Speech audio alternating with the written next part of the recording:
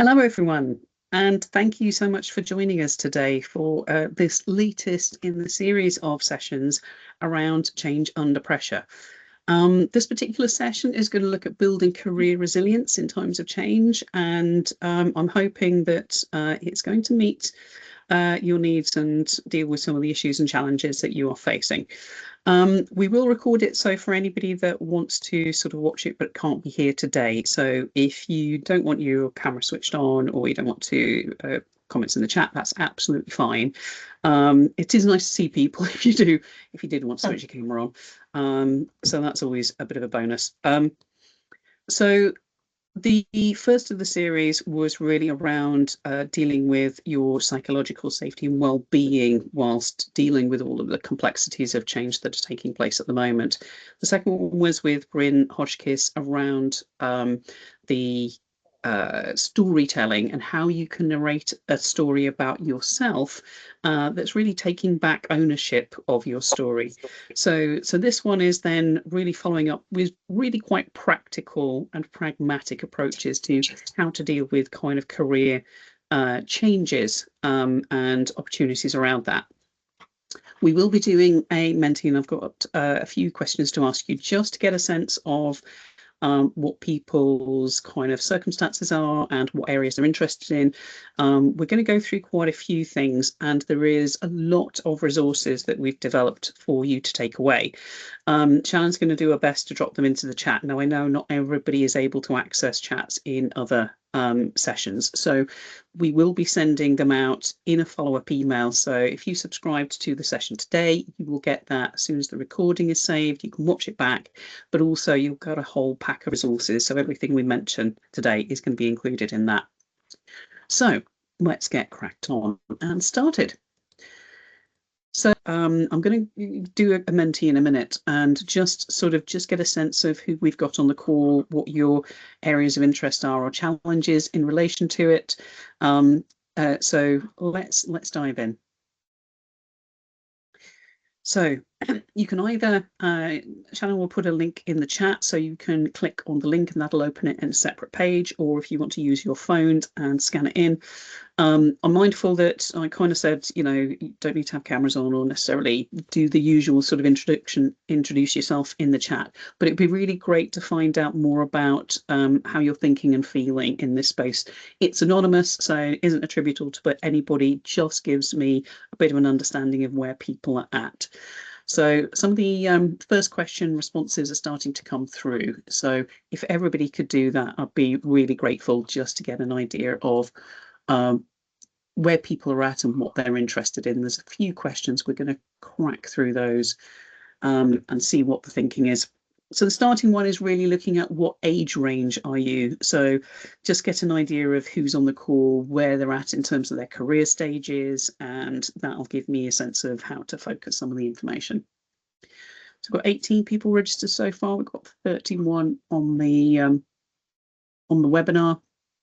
If you can, click on the link in the chat, put the code in. If anybody's having trouble accessing it, let me know. But as a starting point, well, we've got a perfect bell curve. So got somebody early stage career under 30. We've got a good chunk of folks between 40 and 50 range, and then a few folks in 50 and 50 to 60 age range. Just give you a moment for anybody else that would like to add to that. I think there's an age range missing. What am I missing? 40, 60 plus. Oh, 30 to 40. Do! You are perfectly right. Putting my votes. Thanks, Victoria.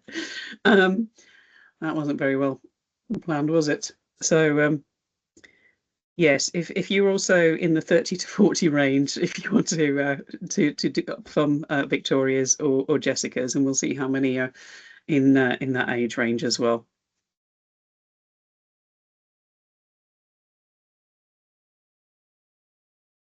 Got 24 in there. Yeah. So we've got a few in the 30 to 40 range. So that's 5 or 6 of you. So yeah, looks like the bell curve is staying fairly true. But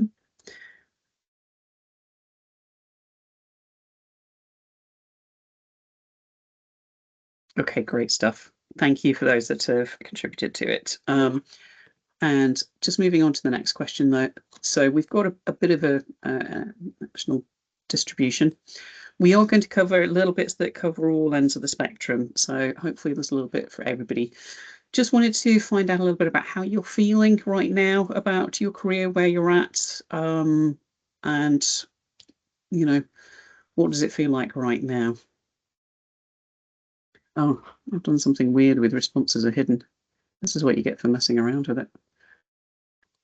Press right arrow to show responses. Ah,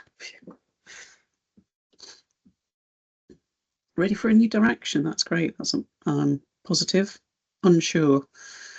And that can be unsettling if you're in a unsure state and not sure which direction to go in. Only a couple of people are feeling a little bit worried or overwhelmed at the moment, so that's not too bad. Hopefully those people will feel a little bit more confident at the end, at least a little more in control of what to do in terms of next steps. So majority unsure and ready for a new direction. So that's great. So what we'll hopefully do is give you some really helpful tools and tips to start breaking down that bit about what you're unsure about, get a direction of travel, and then what your opportunities are to how to do that and move that forward. Okay, so next question. What's your top priority for the next 3 to 6 months? Now, I haven't asked if whether or not people are directly in threat over their current roles, but I'm kind of assuming people are. But if not, there's always the option for where do you want to get to in the next 3 to 6 months from a career development point of view anyway.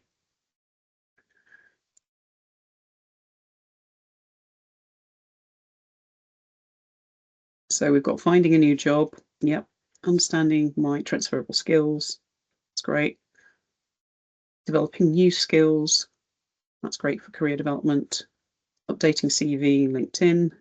Building confidence. That's good.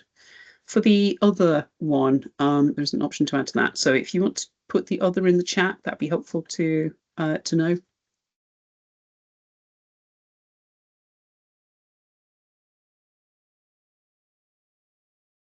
Most folks who voted on that so far. Okay, so finding a new job, understanding transferable skills, and developing new skills. We're going to cover all of that stuff as well. And we're going to do a bit on CV and LinkedIn. And hopefully all of this collectively will help to build your confidence so that you have a direction and a way forward. So that's great. Thank you. And what's your biggest challenge right now? It's just useful to know what that is. So we've got confidence to know where to start and what to do, understanding my skills, navigating job adverts, writing applications, interview preparation, not knowing where to start, or other. If you can chuck the others in the chat, that would be really helpful. I'd appreciate that. We've got some others in there.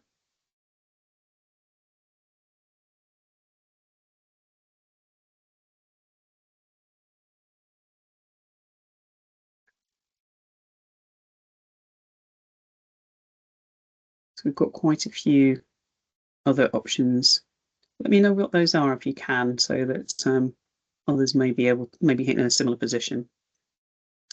Making your skills and experience stand out. So how do you make yourself notable? Not receiving feedback to be able to improve, edit. Okay. We've got quite a broad range there. So we're going to be covering most of these things, or there'll be support to cover most of these things. Exploring retirement options, yeah. So let's have a quick look then. And this is really about career direction and job searching if you're particularly looking for jobs, and what you particularly like help with. This is the last question. So interview preparation, career direction. I think you should be able to select more than one, hopefully. So you can applications and statements. And Susan's put in not knowing what's going to happen in the next few months. That can be very unsettling. And hopefully, even if you don't necessarily know what's going to happen, you can make a decision what you would like to happen for you in the next few months. Career direction.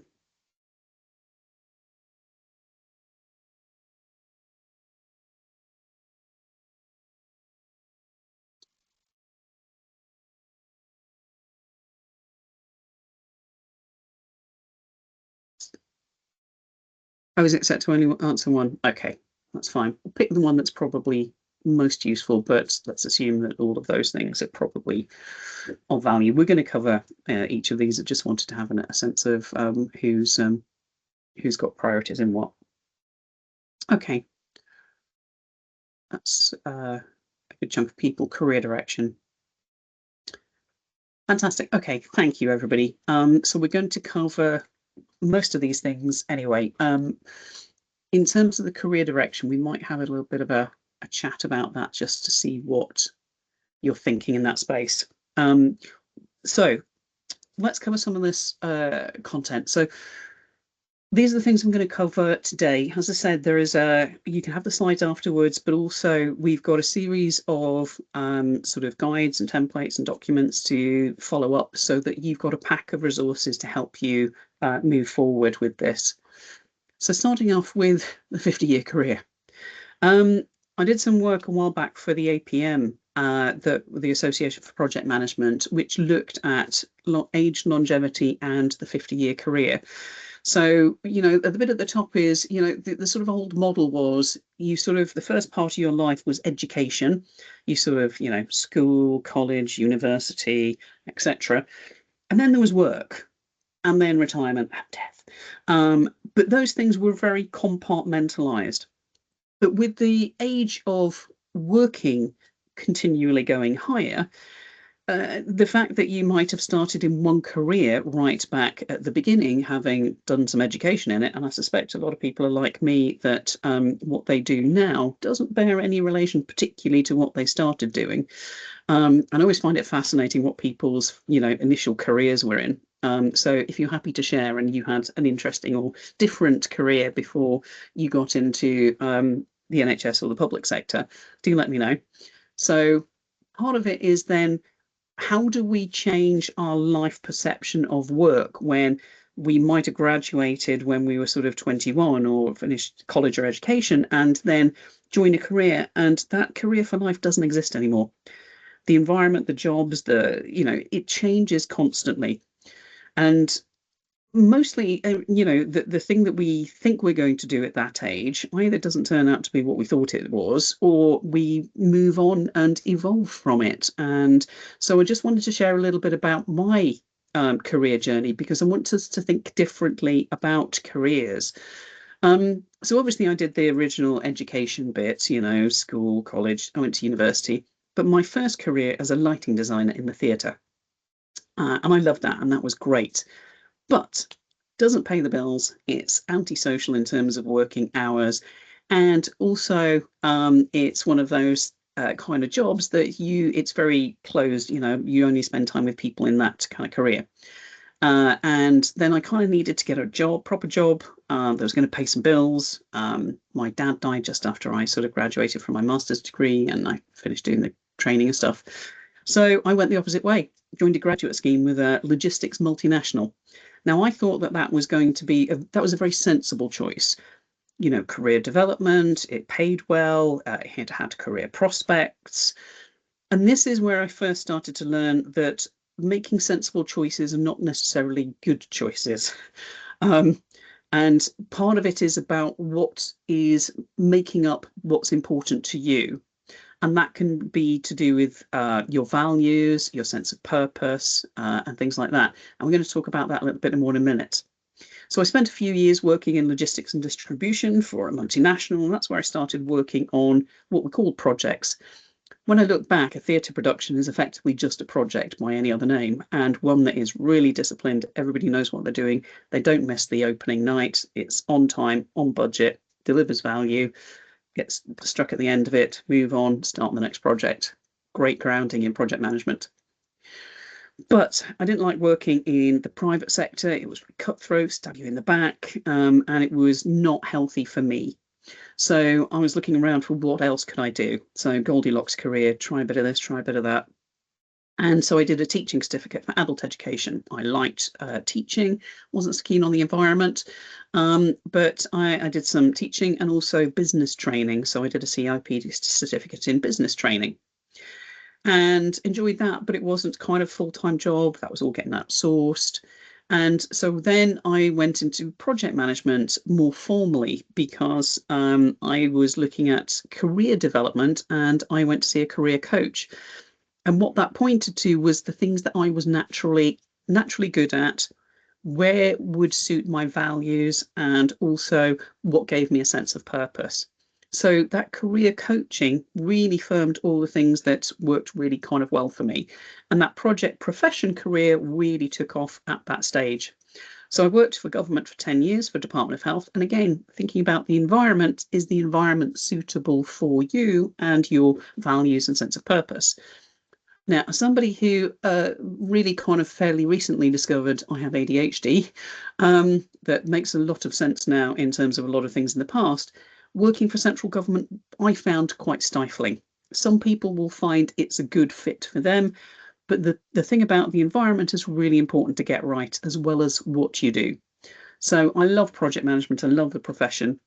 Moved into that, built professional development around project management, program management, then portfolio management. And then in the NHS, I was head of the corporate portfolio office for Health Education England and did that for 10 years and became a chartered project professional and a fellow of the APM.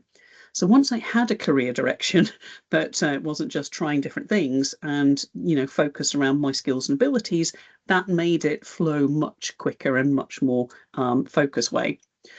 So where are we now? So I took voluntary redundancy when HE was merged in with NHS England, and we'd been setting up the HPCA for about a year before that as a sort of a part-time add-on to the day job thing. And the merger really escalated that, and then we became a not-for-profit community interest company. And then I had to learn a whole lot of new skills that I never had to learn before, which was around business skills, which I had no experience of in the previous sort of 25-year career. So that was a steep learning curve. I joined a NatWest accelerator program for people setting up new businesses and entrepreneurs, and that was incredibly helpful in terms of building my business skills to run an organization. And so that's kind of where we are now. But when I think about the stages of my career, I'm 53 now, and I hope to do this for the next maybe 10 years, hand the baton over to the next generation to pick it up, and then maybe do some consultancy, some, ad hoc work, advice and support, maybe a bit of research. But ultimately, I don't plan to retire in terms of sitting back, kicking up the feet and not doing anything. Actually, I want to be part of the community. What else can I do to support the community where I live? I live out in the country and there's all sorts of things going on. So for me, life isn't about education, work and retirement. It's about how do I continually evolve and develop and build new skills. I imagine people have had some fairly sort of similar careers, or you might have had shorter careers in terms of fewer things spread out. But actually, it's about making the most of the time that we have and doing the things that will make us happy and give us a sense of achievement and a legacy that we can kind of hand over or pass on or leave behind. And we look back and go, yeah, that was time well spent. So have a think about your own career journey and how you intersperse changing and evolving your career as part of that. So one of the things that I learned the hard way was that just by being good at something and being skilled at a particular job is only one component of what makes you fulfilled or content or happy in work. And the holy grail for me is that there's three component parts. And I want you to think about this when you're thinking about your next career direction. Is it's not just about getting a job that you can do because you've got the skills for it. So finding the job that matches your skills is a really good starting point. And if you think about what you've been doing, the skills aren't necessarily about the job description or the role. It's about what you do and how you do it. So you want a role that maximizes your natural skills and capabilities and minimizes your lowest preferences.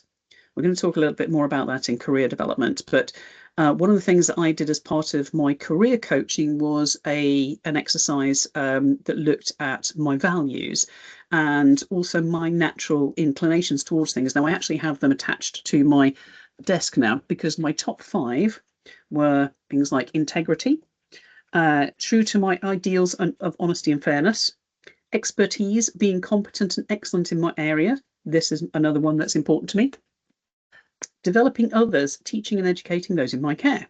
So I like teaching, but it's not everything. Sustainability, aligning short-term goals with long-term benefits. I want a legacy to leave behind.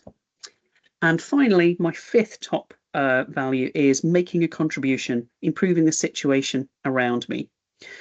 So when you think about what's important to you, it's not just your skills, it's the values that you have and the kind of work that you do.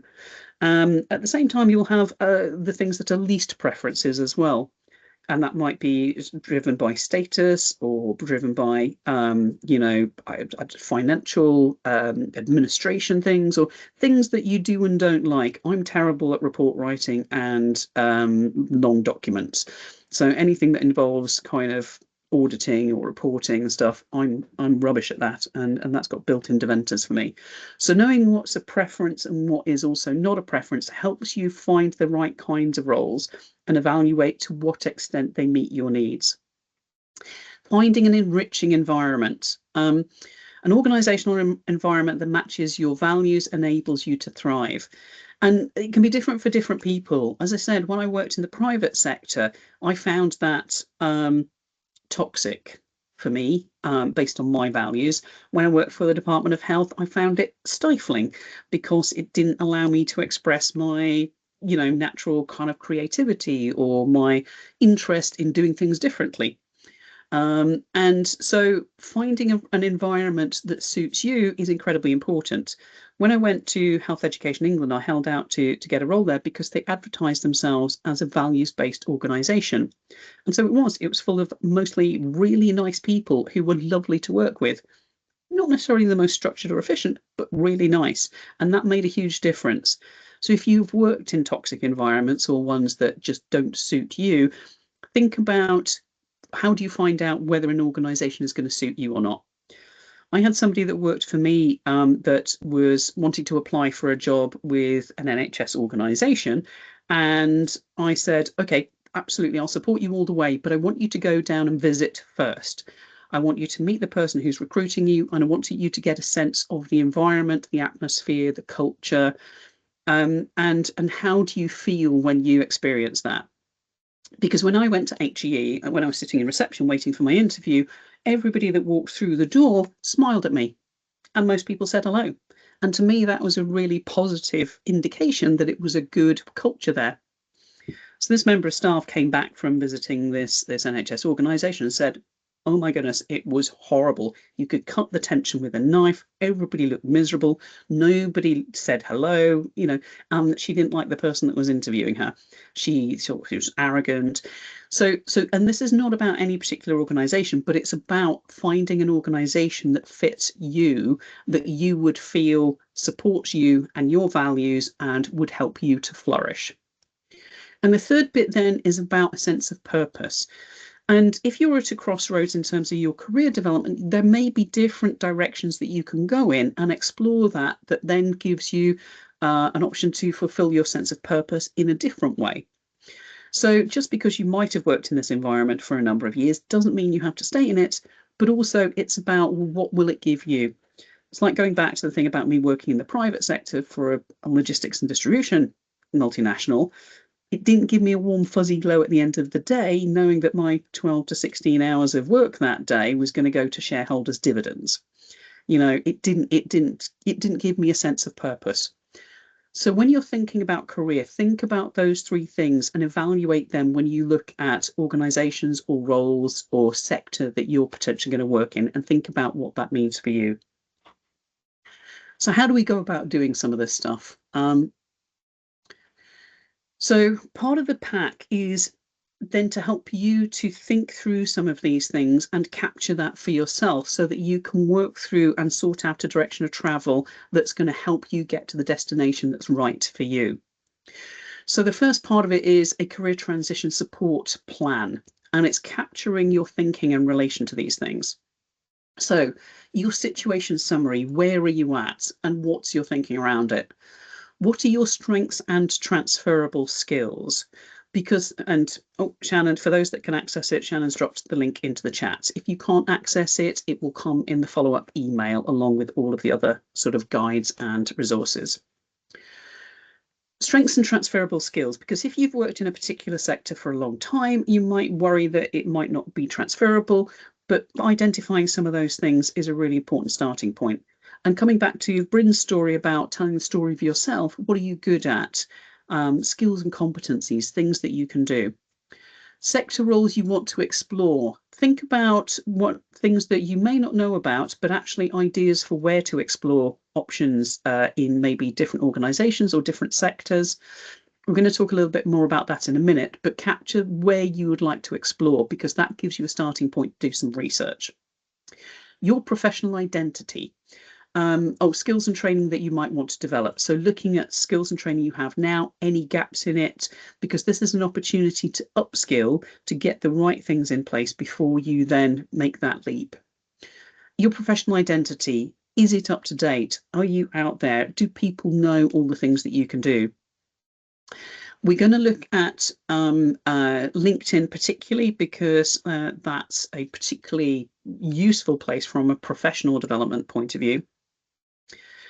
And then career options, so networking actions that follow up from that, and career options, and then looking at well-being and resilience actions, because going through this process of transition can be very unsettling. Change isn't a comfortable place to be. If you think about going on holiday, you don't go on holiday for the journey, you go on holiday for the destination, and that journey can be very uncomfortable. So how do you make sure that you maintain your resilience and your well-being throughout that process? And then action planning, putting it together in terms of an action plan in terms of the next 3 months, 6 months, and then potentially 12 months, so that you've got a structured approach to getting to your destination. If you've got any questions, you can put them in the Q&A. You can do those anonymously, or you can stick them in the chat. I'm mindful that it's very quiet, but do ask questions if you've got them. The other thing is that looking into this, now I'm not an expert in this area, but what I did do was I did a bit of research and did a bit of looking up in terms of what's the impact generationally in terms of stages of career development. And there is a guide that kind of comes along with this that's done, I mean, you know, AI did the research for me, but basically breaking down the different generational fields. So coming back to whether or not you're under 30, 30 to 40, those of you that get a chance to add that to the list, 40 to 50, and then 50 to 60 and 60 plus. Where are you on your stages of career? Because how you might approach that might be very different. One of the things it did sort of look at was that particularly younger generation, and I guess Gen Alpha is also really now starting in the career space, so they may also be wanting to get some advice. One of the things it looked at was that Gen Alpha and Gen Z are generational people who've grown up with technology, that it's all around them, but not necessarily had the same opportunities to engage in the foundational human skills. So those of us that grew up without the technology, you had to learn to communicate, to kind of navigate the sort of emotional intelligence of being in the office and being around people and learning from people around you. And often those opportunities aren't there nowadays. So if there are areas that you struggle with in terms of that, in terms of engagement and communication, it's an opportunity to look into those things. You might say, well, that's not me. But think about what impact it has on you, or the things you are comfortable with or less comfortable with. Millennials invest in professional reinvention. So in terms of where you are in stage of your career, is this the right direction for you? Do you want to go in a different direction? What does that transitional career bit look like? Is it about professionally upskilling if you're a program project manager and say you may want to become chartered to accelerate your career, to focus on that? Or do you want to go in a different direction? And what does that different training and career direction look like? Gen X, that's my generation. Modernize your digital confidence. So absolutely. So anybody like me who's in the 50 to 60 range that grew up with one computer at school. I mean, one. It was a BBC computer, and you learned how to write one program, which was how to get it to repeat your name. So not a digital native, have to learn these things the hard way and have to try and keep up with them. We have got a guide that comes with this around things like digital and AI skills development, because even if you're sort of in your 40s, some of this stuff is so new that it isn't naturally there for you to have gone through, and you may want to upskill as well. But for those of us that didn't grow up with it, it's a bit more of a leap. And then looking at sort of the baby boomers, so the 60 plus that might be thinking about actually not necessarily retiring, but actually a change in direction around career, maybe wanting to maybe not work full time for the whole grind of the 9 to 5, maybe considering a portfolio career. So doing some mentoring, coaching, part-time roles, consultancy, advisory, or volunteering if that's an opportunity. So there are different stages of career, and thinking about where you want to go in the next 10 years, potentially, what's that next direction look like? So have a think about that and where you are on that journey. And Caroline shared, I'm 44, and that was still my experience. The computer trolley. Yes, it wasn't a trolley. It got rolled out of the cupboard that it was locked in. So there is a lot in terms of how things have changed since most have joined the working world, and how do we negotiate some of that? So then thinking about how do people navigate some of the changes in terms of the AI-driven world we're in now. I think there's a lot of talk in the papers and online around, job adverts being filtered by AI, and how can you navigate that if that's not a specialism for you. There were some advice for everybody in this space. Stay curious. You don't need to master everything, but if you can learn the basics of the things that are relevant for the current social environment and the technological world, that's always a bonus. Build AI literacy, experiment with it, download some of the things for free. We've got a list of sort of free courses, AI and digital development courses that you can use particularly over the next few months if you're wanting to build your CV and get yourself up to speed before you get out there into the world for looking at new jobs. Develop human-centered skills. It's the one bit that the AI can't do, and it's incredibly essential for people to feel valued and feel seen, and that nuance of understanding human interaction. So can you make the most of that part of your skill set? Prioritize your well-being. Set boundaries. Build in restful things that take you out of either your job hunting or sense of concern about you changing your career. Rest and focus on your purpose. Have other things in your life as well. What else have you got to do that's kind of fun and re-energizing? For me, I'm apart from the ADHD bit, I'm a career hobbyist. So I will go from one hobby to another, because having something to go and do that's different from work is the whole change is as good as the rest. Your brain is focused on something completely different for that few hours, and it allows the anxiety, the adrenaline, and the cortisol that you might be feeling through anxiety at work to just relax and stop the inflammation that can cause that can make you feel unwell. Having something that will help your mind switch off, very important. So think about what you will do to support yourself through that whole process.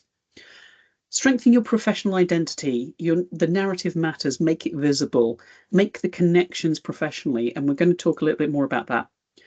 Building networks, so making connections, opportunities, how to get yourself known, who are the influential people in the career that will help connect you to where the opportunities might be, and also making yourself known. We'll talk about that when we get into that, but if somebody is recruiting and they have an opportunity of 200 people with in terms of applicants that they're reducing down to maybe 20, if they know somebody in that list, if they know the face, if they've connected with them, if they've had conversation with them, they're more likely to include that person than somebody they don't know. So working around that and getting yourself known is incredibly important. And then embrace adaptability. Think of this as a stage in your life, whichever stage you're at in terms of your career development, think about it as the next 10 years. It doesn't have to be a whole life commitment. Your life will change as it goes forward. Think about what you want to get out of that next period and what will help you get there. I hope that makes sense. I noticed there's a light on the Q&A, so hopefully there's some questions and we'll come to those at the end. I've included a guide. I'm not going to go into it in detail, but it's something to take away and have a read through. Navigating redundancy and career transition in an AI-driven world. And this is some of the things that it includes for you to go away and have a think about. Understanding your strengths and transferable skills and how to capture those. Reframing the public sector employment restrictions. So anybody who's being made redundant as part of the NHS England or the ICBs or even trusts that are being reducing staff, if you're being made redundant and being paid out as part of that, there's a restriction in terms of being able to work in public sector organisations. That's not just NHS, that also includes things like government departments as well. And that happened to me when I was made redundant from HEE. And so part of that was, well, what other options are there for how you can still work within your sector that's beyond that? So there is a guide to that that helps you think through that. But it could be opportunities in adjacent public sector. So things like health and life sciences organisations, taking those skills in those sectors. Professional services, consultancy or self-employment, but be careful about the self-employment because that might bar you from getting contracts. Voluntary and community sector, that whole sector is connected in with health and social care. So think about those organisations and how your skills can maybe support them. Education, training and academia. Can you take your skills and experience into those areas around the development of that? And commercial and technology sector. Do you have the skills to take them to the private sector or the commercial sector and explore those opportunities? Building AI literacy and future skills. Take the opportunity now to invest in yourself to build those skills. Consider a portfolio career and strengthening your professional identity. And I keep saying this, but do maintain your well-being. It can be unsettling and anxiety-inducing being in an uncertain place. Make sure you put the time in and set some boundaries around the time that you're spending on this, and make sure you've got those breaks that allow you to recover from the stress of it all. Professional networks and job applications. So there's also a guide in terms of optimizing your LinkedIn. Now, there are obviously other areas where you can optimize your professional identity, but LinkedIn really is the best known one. There's lots of job opportunities promoted through LinkedIn. If you get your LinkedIn profile right and advertise the fact that you're looking for jobs, it will help to filter ones your way. But also how you fill it in and the information you put in there is going to be extracted for online job applications. So make sure you get the wording right. There's a bit of a guide in there around the language to use, the words to use that are going to help with those AI searches that are going to be done for applications that are done through LinkedIn. But also make sure that you've got all the boxes filled in around things like skills and keywords that they might be looking for professionally, recommendations and endorsements, adding in accomplishments and qualifications and awards, anything you've done that makes you kind of stand out. Networking visibility. Connect with people who are part of the professional network that you want to be seen as part of. Link in with people who are leaders in that area. Often what will happen is that they might promote the fact that they've got a job opportunity available, or if you start to raise your profile by liking and responding to certain things, you'll get yourself known, but also you build a reputation for yourself professionally that you can then use to promote yourself above others within that space. So there's a LinkedIn job search tool on LinkedIn that will help you define that. And I've got a checklist that will help you work through all the component parts to make sure that you've got the right stuff in there. But that's just one element, but it's an important element. Obviously, there are professional routes as well. So depending on your kind of professional designation, if you're part of the Association for Project Management or you want project management to be your primary profession, you can become an affiliate member of the APM through us. But if you consider it your primary profession, you might want to consider investing in individual membership.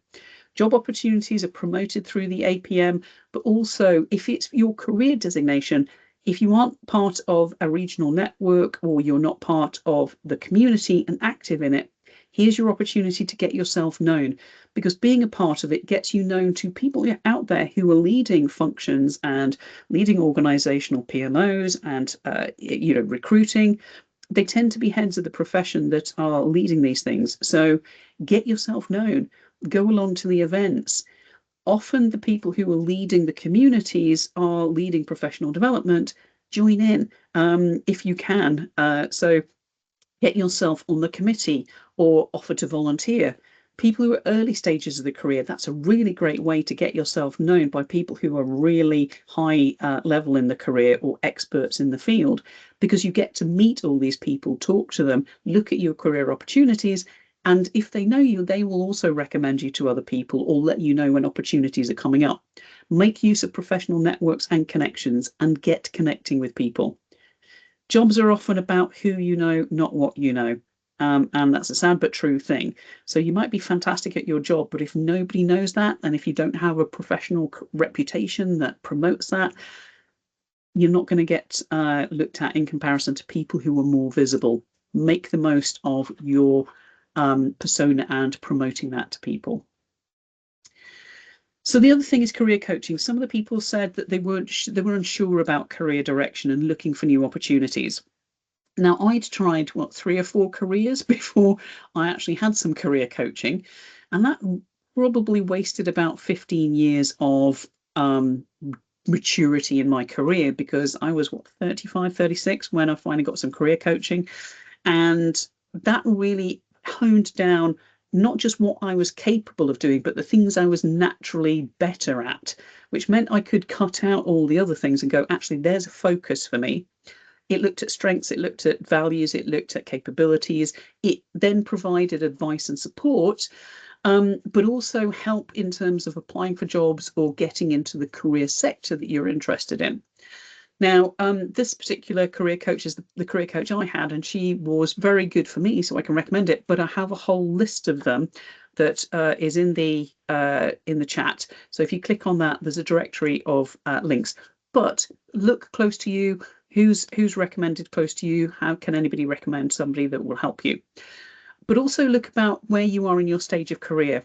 So Denise Taylor, Dr. Denise Taylor, she does people who are starting out in their careers from, say, school leavers and university leavers, all the way through to retirement planning and where you go next. So have a look for one that will meet your needs locally, or the sector you're interested in, or the stage you are in your career. So have a think about that. And the other thing is there's some simple things you can do. I mentioned the values cards. You can buy these as packs just to help you hone down the things that you're interested in, or the things that are more important to you or less important to you, to help you understand what's the right direction of travel to go in. So have a think about maybe investing in yourself, because depending on where you are in your career, if you're in your 20s, 30s, 40s, you've still got 30, 40 years of work ahead of you. Investing a little bit in terms of getting in the right direction now might save you a lot of years of trying things that might not be right for you, might be toxic, that set you back in terms of your career direction. So have a think about it as an investment in you and maximising the most of the time you have in your life and your career. But also particularly if you're getting towards the end of your career or end of your full-time working life and maybe want to look at options for what to do next, having a healthy direction to go in always helps with longevity and health and well-being.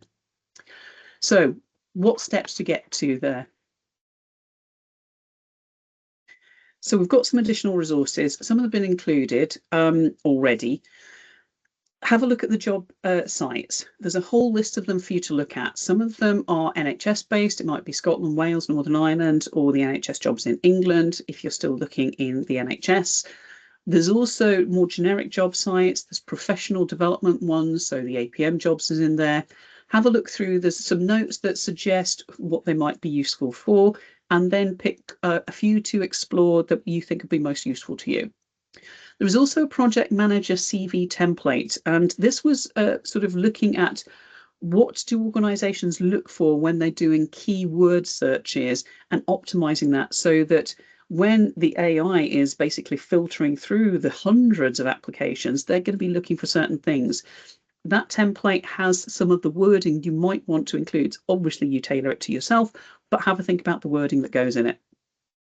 And then also digital AI learning resources. There is a document with a list of ones that are either free or low cost if you're wanting to upskill and get yourself into a career ready state. So there's a lot that we've got through there, but the starting point is make a plan. Have a think about, use the templates to help you get structured in terms of where you're at, where you want to go, what you want to explore, maybe look into, and that might include some career coaching. Ask for help. Ask for your peers and your community.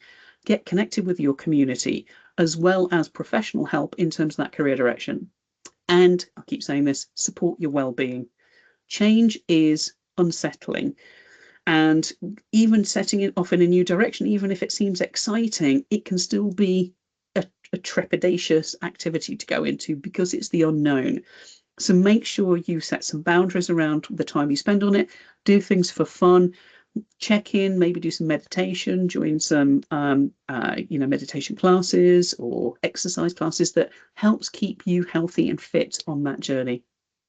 So that was kind of a whistle-stop tour, but there was lots of things in there. Hopefully that will give you some useful things to get you started on your journey and help to get to that destination in a structured way. I'm going to have a quick look. Shannon's just put any questions here. Does anybody have any questions for me or any thoughts or comments? I know you've been really quiet so far, but next 5 minutes, do ask any questions that you've got. If you can stick your hand up and want to ask a question, that would be fantastic. Shannon? I was just going to say there is actually a question in the Q&A now, Jo, if you might, just in case you haven't missed it there. Thank you. Any tips for selling and promoting yourself and skills and experienced people who find this behaviour icky? Yes. It's not a very English or British thing to do, is, flying the flag for yourself. Other cultures are much better at that than we are, particularly the Americans. But yes, I think the thing about it is, so I do LinkedIn, and the thing about doing LinkedIn, and if anybody's interested, do connect with me on LinkedIn. I'd be welcome the connections. Promoting yourself is about being honest about who you are and what you can do.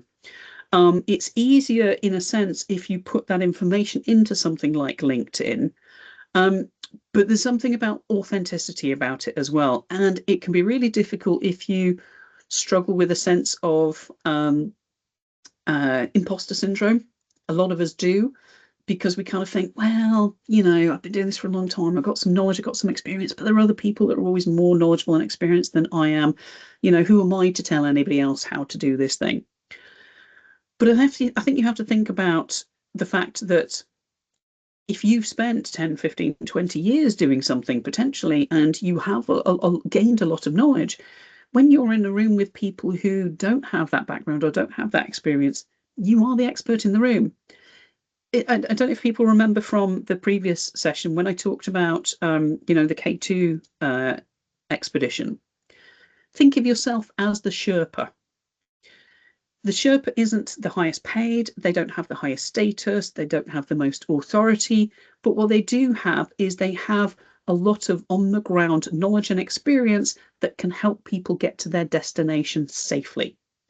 And think of yourself in that space, that it's not about necessarily about status and authority. It's about your experience and how that has shaped your knowledge, which you can help others to understand effectively.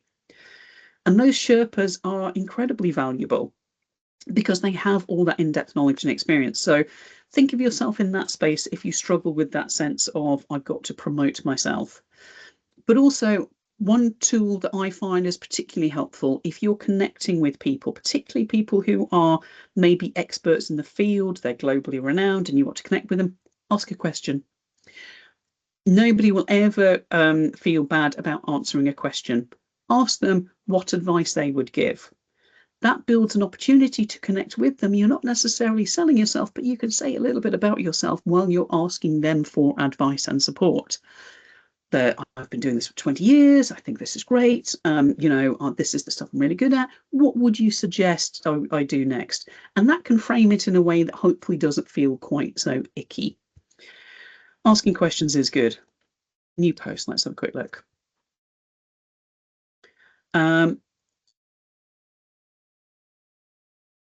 Oh, so somebody says, Michaela asked about receiving the template. So they'll all be emailed afterwards. So she's lost access to the chat. But yeah, all of this will come in an email tomorrow with all of the links and things in for you to have and take forward. So anybody that didn't make it through for today can also do that. Lynn's asked, any tips on promoting yourself internally in a changing project management environment, especially when you don't sit in the main business directorate or transformation directorate? I would say find out who the kind of key people are, the influential people. What can you go along to? Is there a community of practice event that you can maybe join? Is there an internal network? But also getting yourself known by asking questions. So is there a head of profession that you can connect with and ask questions? Is there somebody who's leading professional development? Are there areas that they are working on that you can maybe contribute to or ask if there's an opportunity to get involved? So I think connecting with people can be really important. No internal community practice. But again, ask the question. So if there isn't a community practice, maybe you can see if you can identify who's the head of professional, who's leading in that professional development space, and say, is there going to be a community of practice? Are they starting one up? Is there an opportunity to come together? Is there any professional development opportunities in the pipeline? And then offer to help organise it, because that's usually the thing that's stopping those things from happening. Any more questions for me? We've got one last minute. I'm hoping that the things that we've covered have given you some things to think about, some practical tools to help you on your journey and to get you started in the right direction. Do have a look, and if you've got any comments, questions, do come back to us about it. Please do the feedback form for the session, because it's really important that we understand how well these are meeting your needs, and so that we can plan the right events for you going forward. And just one last message. I know that it's important to have a job or a role or a career that pays the bills, that keeps us going, but it's not everything in life. Keep it in balance. Your family, your friends, your hobbies, your interests, the world around you. There are some amazing things that are really important in life. And so just try and keep it in perspective and focus on the practical sides of getting it done. Connect with people, ask for help, and also get out there and have fun while you're doing it. Keep things in a balanced and healthy place. Have a fantastic Christmas. We don't see you before then. Have a good break. Come into the new year recharged with a better focus. Hopefully you'll know what direction you're going to go in and do amazing things, because you're all going to be amazing, and it's just finding the right opportunity. Thank you so much for being here today, and hopefully we'll see you again soon. Take care. Have a great break, and see you next year. Take care. Thank you.